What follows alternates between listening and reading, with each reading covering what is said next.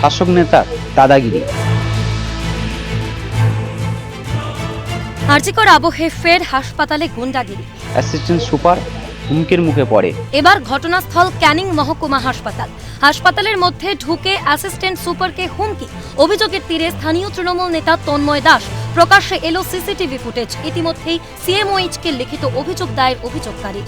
বলছেন বিল কেন সাইন করবেন না, সাইন করতে কে মানা করেছে, কেন বিল সাইন করবেন না, আপনাকে কি অথরিটি দিচ্ছে, উনি বিল কেটে দেখুন, ক্যানিংয়ে ঢুকতে পারবেন না, ক্যানিংতে বেরোতে পারবেন না, এরকম হুমকিমূলক উনি এবং আমার সিকিউরিটির কয়েকজন ছেলেও বলেছে।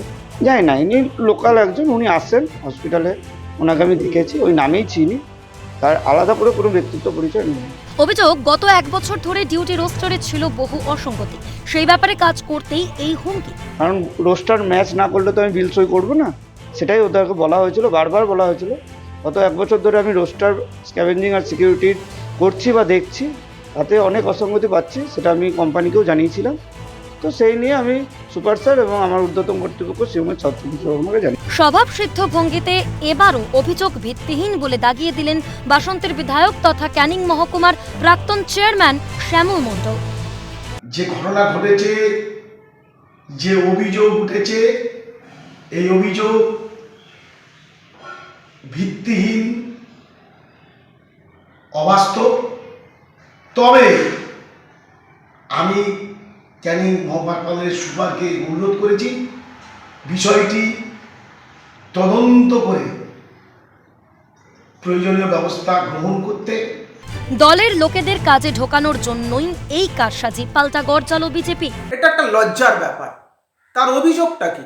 তার অভিযোগ একজন কাজ করবে না, তার হয়ে অন্য লোক কাজ করবে।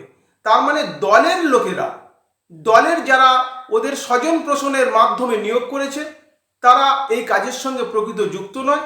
সামান্য কিছু বেতন দিয়ে, একেবারে লেম্যানদের দিয়ে এই কাজটা করিয়ে নিচ্ছে, একটা মোটা অংশের টাকা নিজেদের মধ্যে ভাগযোগ করে নিচ্ছে। আরজিকরের বদান্যতায় রাজ্য জুড়ে চিকিৎসকদের অসহায়তার ছবি আগেই দেখেছে বাংলা। এবারও গায়ের জোরে অন্যায় কাজ করানোর চেষ্টা।